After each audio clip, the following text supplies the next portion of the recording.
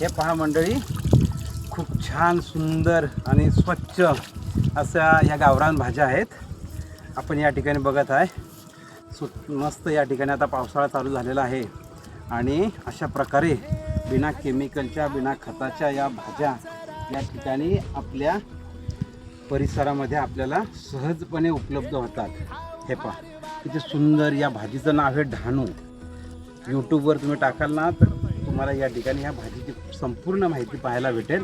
अशा स्वच्छ सुंदर बिना हायब्रिडच्या भाज्या या ठिकाणी आपल्याला खायच्या आणि आपलं जीवन मस्त या ठिकाणी तंदुरुस्त बनवायचं.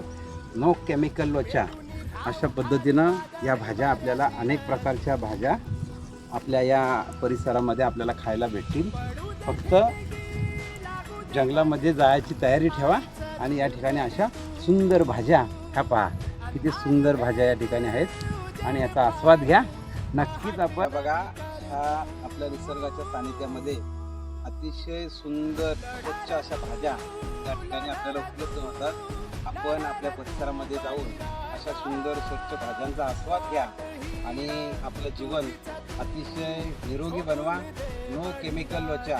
कुठेही तुम्हाला हायब्रिड नाही, खत नाही, काय नाही, नॅचरल पद्धतीने या ठिकाणी या भाज्या पहा आपल्याला पाहायला मिळत आहेत आणि याचे गुणकारी फायदेसुद्धा या ठिकाणी आपल्याला अनुभवायला येतात. यूट्यूबवर तुम्ही सर्च केलं तर खऱ्या अर्थानं या ठिकाणी ही ढाणूची भाजी आणि पुऱ्याच्या शेंगा असं आपल्या गावठी भाषेमध्ये याला शब्द आहेत. तरी कृपया आपण सर्वांनी या ठिकाणी पावसाळ्याचं सीझन आहे तरी आपण आपल्या आजूबाजूच्या परिसरामध्ये जाऊन अशा स्वच्छ आणि सुंदर या निसर्गाच्या सानिध्यात असणारा हा खजाना आपण घेऊन आपल्या आरोग्यासाठी उत्तम अशा ह्या भाज्या आपण खायच्या आहेत असं मी या ठिकाणी आवाहन करतो.